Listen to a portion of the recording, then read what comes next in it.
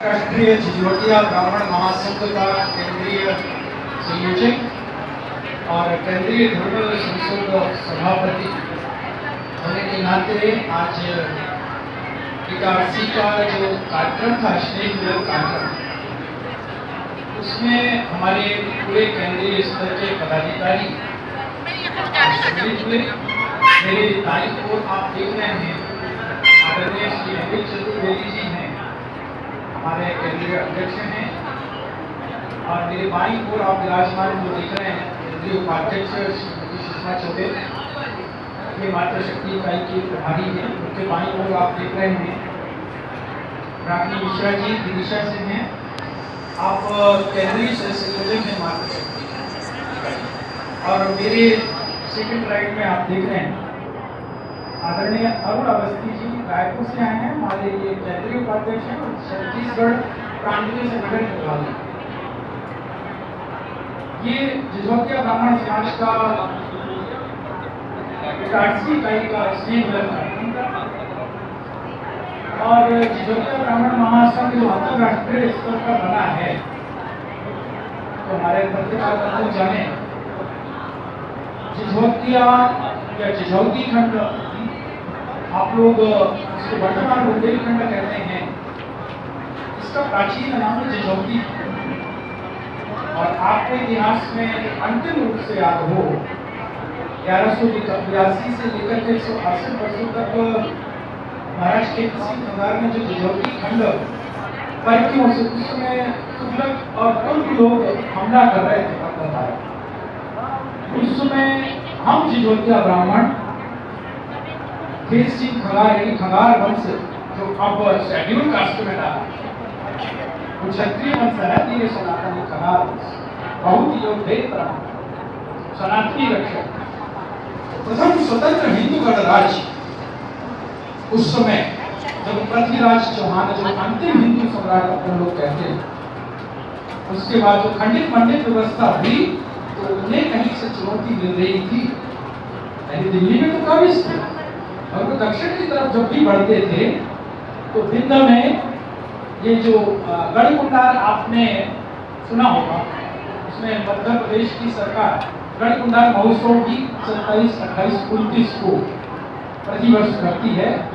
पहले वो टीकमगढ़ जिले में था, परंतु वर्तमान में जो रेवाड़ी जिला गठित है, वहाँ एक बहुत बड़ा फोर्ट है, बहुत बड़ा किला है, और उसके बारे में आप लोग डॉक्यूमेंट्री भी देखते होंगे।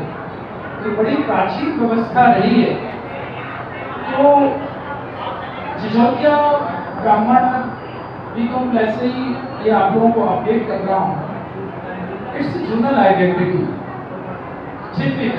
वस्तुतः ब्राह्मण तो एक ब्राह्मण संस्कृति एक है। और मैं कहता हूँ कि जो सनातन की आत्मा है या चित्त है वो ब्राह्मण धर्म।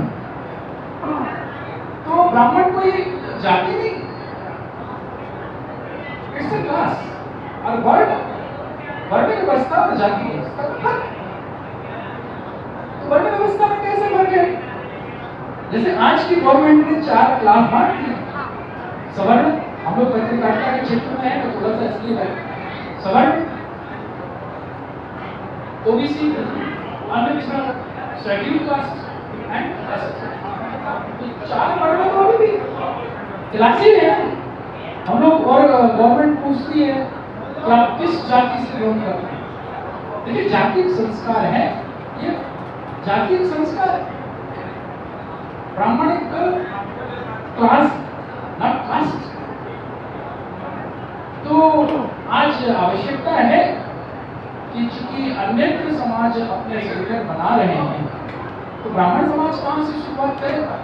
तो 25 लाख के करीब हम लोग स्प्रेड आउट हैं पूरे देश दुनिया में, और इसका डेटा किसी सरकार के पास नहीं है। जोशुआ प्रोजेक्ट आपने नाम सुना होगा, जो वेटिकन से निर्देशित एक बहुत बड़ा प्रोजेक्ट है क्रिश्चियनिटी में माइनॉरिटी को, दुनिया भर की माइनॉरिटीज को क्रिश्चियनिटी में परिवर्तन करने के लिए। आप गूगल पे सर्च करेंगे तो आपको जोशुआ प्रोजेक्ट के बारे में पता होगा। जोशुआ प्रोजेक्ट किसी को टारगेट करता है, किसी ब्राह्मण कम्युनिटी को नहीं टारगेट करता है। वो सनातन का सबसे खतरनाक और विरोधी मानता है तो किसको मानता है? सिसोदिया। अब वो अपनी रिपोर्ट में कहते हैं, और ऐसा तथ्य भी है, सत्य भी है, तथ्य भी है, और इसको भारतीय इतिहास का भी जानते हैं, इसको सरकार भी जानती है, इसको पब्लिक डोमेन में सारे पत्रकार भी जानते हैं। और ये बड़ी तादाद में झारखंड में भी है, पूर्वांचल उत्तर प्रदेश में भी है। युद्ध प्रिय योद्धा, जो युद्ध प्रिय ब्राह्मण है वो सिसोदिया ब्राह्मण, और जो क्षत्रिय चित्त गुण से और ब्राह्मण चित्त गुण धारण करता है वो सिसोदिया। और यजुर्वेदी ब्राह्मण है, जैसे अपने यहाँ ब्राह्मण वेद में, तो यजुर्वेद का अपभ्रंश ही सिसोदिया, यजुर्वेद। बिल्कुल वैसे ही जैसे यमुना को जमुना कहने लगते हैं, युगल किशोर को जुगल किशोर कहने लगते हैं, यम को जम कहते हैं प्राकृत भाषा में, वैसे यजुर्वेदिया से जिजुर्वेदिया, जिजुर्वेदिया से जिजाभूति, जिजाभूति से जिजाभूति, और जिजाभूति के बारे में। तो ये मेरा कहने का तात्पर्य था। तो आज हम पूरे देश दुनिया में 25 लाख करोड़, वो तो हमें 60 लाख पता था, मगर हम लोगों ने आइडेंटिफाई करके, क्योंकि हम लोग वैदिक सनातनी प्रैक्टिशनर हैं, आर्मी प्रैक्टिशनर, तो हमारी भविष्य की पीढ़ी को स्वरोजगार हो, शादी ब्याह की समस्या ना आवे, इसकी संविधान में सबको अधिकार दिए हैं। तो हम लोगों ने भी कहा कि हमें अपनी कम्युनिटी का स्वरोजगारी बनाना है, एंटरप्रेन्योरशिप। हम अगर चरित्रवान बनाएंगे, हम ज्ञानवान बनाएंगे, संस्कारों की ओर मोड़ेंगे, तो स्वरोजगार करेंगे, और उसको सरकारें भी करेंगी, समाज भी करेंगे। तो सरकारें सब कुछ ऐसा नहीं करती है, सामाजिक संगठनों को भी आकर के जिम्मेदारी करनी चाहिए। तो हम लोगों ने इसकी शुरुआत की हुई है। 2 वर्ष से हमारा संगठन अकाल तख्त की शैली में, जैसे वहाँ 10वें गुरु के बाद गुरु ग्रंथ साहब विराजमान है, क्योंकि तो आप देखते हैं कि 13,000 से अधिक संगठन तो ब्राह्मण हमारे दिल्ली में रजिस्टर्ड, देश दुनिया में 40,000 रजिस्टर्ड ब्राह्मण। तो शुरुआत कहाँ से करें? तो से शुरू करें। तो हमारा जो लोकल भाषा में जय जिजोतियाई, मैंने पहले हम लोग अपनी जिजोतियाई कुटुंब को एक करें, एंड जय बंधाई, जय ब्राह्मणत्व को एक करें, और उनको संस्कारों की ओर उन्मुख करें, प्रवृत्त करें, लगाएं, तो हम सनातन को भी खड़ा कर सकते हैं। ये हमारा मूल आस्पेक्ट है। और आप पूछ सकते हैं, इतने मैंने संक्षेप में कहा, आप किसी भी प्रकार का क्वेश्चन पूछ सकते हैं। आप हर किसी से सवालों के जवाबों से बचे। हमारा सांस्कृतिक धार्मिक संगठन है, राजनीति से कोई लेना देना नहीं। आरएसएस राष्ट्रीय स्वयंसेवक संघ की शैली और अकाल तख्त की शैली के आधार पर हम लोगों ने एक विधान यानी एक संविधान बनाया है, एक धर्मध्वज यानी प्रतीक बनाया है, एक धर्मध्वज गार्ड वो बनाया। आप पीछे प्रश्न पूछते, तो अगर हम ये डॉक्यूमेंटेड करके दे देंगे तो नेतृत्व की लड़ाई नहीं होगी, झगड़ा झंझट नहीं होगी। तो विचार आधारित व्यवस्था को हम लोगों ने प्रमोट किया है और एक तरीके से प्रोड्यूस किया है, रिप्रोड्यूस किया है। ये हमारा आप क्वेश्चन पूछ सकते हैं।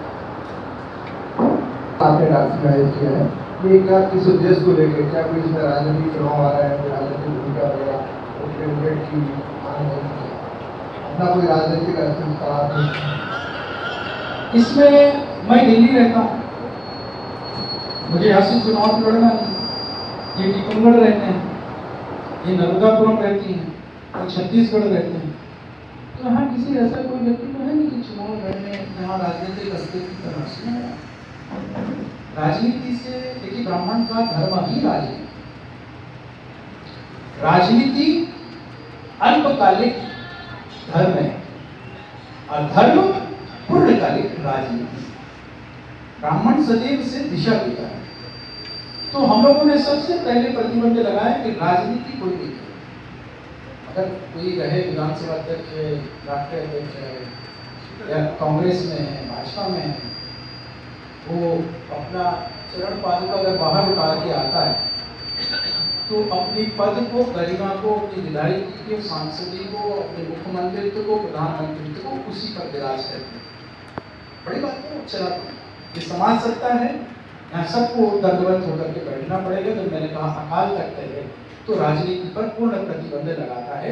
इसलिए ये विचारधारी संगठन है यहाँ राजनीति के विभिन्न विभिन्न क्षेत्रों से आए हुए लोग रह सकते हैं, परंतु यहाँ राजनीति नहीं होने देंगे, सिर्फ समाज नीति, कुटुंब प्रबोधन, कुटुंब का उत्सर्ग, कुटुंब का उन्नयन, ये मुझे लगता है स्पष्ट हो गया। ये आज का ये जो आपने सम्मेलन किया उसका उद्देश्य राजनीति अलग हो गई, अब आप ये हम लोग विश्व भर में सम्मेलन कर रहे हैं, हम लोग एक डेटाबेस तैयार कर रहे हैं, तो आज हमारे परिवार बड़े उसमें जुड़े हुए हैं, तो शायद आज आप उसमें होते तो समझ रहे होते कि हम लोग तो सांस्कृतिक उसमें सांस्कृतिक अपनी सांस्कृतिक एकता को, अपने इतिहास का बात करें तो मुझे लग रहा होगा कि अभी यहाँ माता बैठी सभी लोग भाव विभोर होकर के उस पीरियड में चले गए, तो ऐसे राजनीति कोई भाषण हो रहा था कि हमें फलानी पार्टी को समर्थन करना है, परंतु राजनीति को दूर तक बात ही, तो चुनाव आते हैं, लोकतंत्र भारत बहुत बड़ा लोकतंत्र, 365 दिन दिवाली की तरह, कड़कड़ी की तरह, जैसे कड़कड़ी जलाते थे, चुनाव हो गए, पंचायत लोग नगर लोकसभा लोग विधान, तो चुनाव होते रहने से सामाजिक और सांस्कृतिक संगठनों का काम रुके नहीं, चले बीती हम लोगों का ये संगठन पूरे देश दुनिया में, इससे पहले रायपुर में कार्यक्रम हो और वहाँ समाज काम कर रहा है, हम लोग गाँव में भी कर रहे हैं, अभी शिकागो में सुनेंगे हम, तो देश दुनिया में हम लोग जहाँ जहाँ हम लोग अच्छे उसमें हैं, अब हमें ये समय आ रहा है कि हम अपनी आगे आने वाली पीढ़ी को स्वावलंबी बनाएं, हम एक कॉपरेशन के लिए कोऑपरेटिव सोसाइटी बनाएं, स्वरोजगारी बनाएं, क्योंकि हमारे लिए सरकार में तो वर्तमान सरकार में कोई व्यवस्था नहीं है, ये सभी लोग, मैं गलत कह रहा हूँ तो शायद आप उसको करेक्ट कर सकते हैं, आप बिल्कुल सब्जेक्ट पे हैं। अब तो सरकार में हमारे लिए कोई व्यवस्था नहीं है और हम एक ऐसा दयनीय समाज नहीं है, तो हमें मेधा को, अपने एंटरप्रेन्योरशिप को हमें नई पीढ़ी तक ले जाना है, तो हमें एकत्रित होकर के एक अपनी सोसाइटी को स्ट्रेंथन देना है, आर्थिक रूप से सक्षम बनाना है, बौद्धिक रूप से सक्षम बनाना है और सांस्कृतिक रूप से सक्षम बना देंगे, समाज बड़ा होगा, एक एक व्यक्ति इसके उत्तम चरित्र से राष्ट्र बनते हैं, तो हम तो समाज निर्माण का काम कर रहे हैं, तो हम भारत की जो वर्तमान सरकारें हैं तमाम तरीके की, तो हम तो समाज में इसको एक तरीके से वैल्यू एडिशन कर राजनीति के, अब राजनीति होने तो सभी अपने अपने मताधिकार का प्रयोग करते हैं, कभी कोई कहा गया, पूछ लीजिए क्या कभी कहीं कहा गया कि इस पार्टी को वोट दो या ना दो, बताइए आप एक बात सुना दीजिए सभी पत्रकार महोदयों के, एक स्वर में बोलिए, क्या ऐसा कहा गया?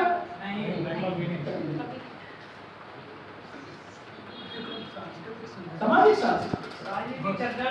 मुख्य चर्चा भी नहीं होने देते। हाँ, राजनीति में अलग अलग क्षेत्र में लोग करें, काम करें तो कोई दिक्कत नहीं, हमारे इसमें कांग्रेस भी वहां से हैं, सभा के भी वहां से काम करें, अपनी ड्यूटी है, वो पेशेवर अंदाज से अपनी पार्टी में काम करें। और जैसे हम थक हार के आते, देखिए थोड़ी सी बात को समझिए, मान लीजिए I am chartered accountant, he supreme court से कोर्ट उतार के आते हैं पैसे, तो कोर्ट तो अपने इसमें ड्रॉर में बंद कर देते हैं ना, और अपने जूते को रैक में रख देते हैं, फिर गधा बन जाते हैं ना बच्चों के लिए, फिर फिल्म ले जाते हैं। तो भाई हम अपने अगर प्रोफेशनली पेशेवरी तरीके से हम भाजपा के सांसद हैं, तो हम अपने जूते में बिठा के आएंगे, कुटुंब के लिए तो फिर हम गधे बन जाएंगे, छोटे बच्चों को कंधे पे बिठाना, आप समझिए कुटुंब ये लिखित में, तो इसमें राजनीति के बाहर उतारो ना कोर्ट ना, तुम वहाँ वकील वकालत करे, ऐसा तो नहीं कि हम घर आए और हम अपनी बीवी से कहें माय लॉर्ड मैंने आज ये किया और बच्चों को कहोगे केस जीत क्या है। तो जिस दिन ये समाज, कोई भी समाज इस चीज पे प्रतिबंध लगा देगा, वो समाज में सारे समाज में राजनीति ना हो, ये समाज सत्ता को हर समाज सत्ता ये तय कर लेगा, उस दिन भारत का समाज खड़ा हो जाएगा, राष्ट्रोन्नति होगी, अपने आप ये देश प्रसिद्ध बनेगा। इसमें मुझे लगता है बिल्कुल क्रिस्टल क्लियर। और कोई प्रश्न? आरक्षण को भी विरोध करता है, आरक्षण कास्ट बेस्ड नहीं होना चाहिए, देवन से यही है, अर्थ देश होना चाहिए। अगर आप जातिवाद को खत्म करना चाहते हैं इस देश में, तो आप कास्ट बेस्ड दोगे तो हमें गर्व से कहो हम, गर्व से कहो हम, अरे बोलो ना ब्राह्मण है, गर्व से कहो हम, तो हम भी कहेंगे गर्व से कहो, हम कहाँ जाएंगे, हम अपना बच्चे क्षत्रियों को भी बोलेंगे तुम कहो गर्व से कहो हम क्षत्रिय, और वैश्यों को कहेंगे कि गर्व से कहो हम वैश्य। तो डबल स्टैंडर्ड नहीं हो सकता ना कि कोई पद पे बैठते थे फलाना थोड़ा व्यक्तिगत हो जाएगा, मगर आप समझ गए होंगे क्या कैसे।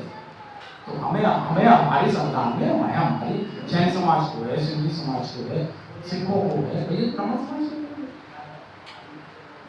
क्यों आपत्ति होना चाहिए?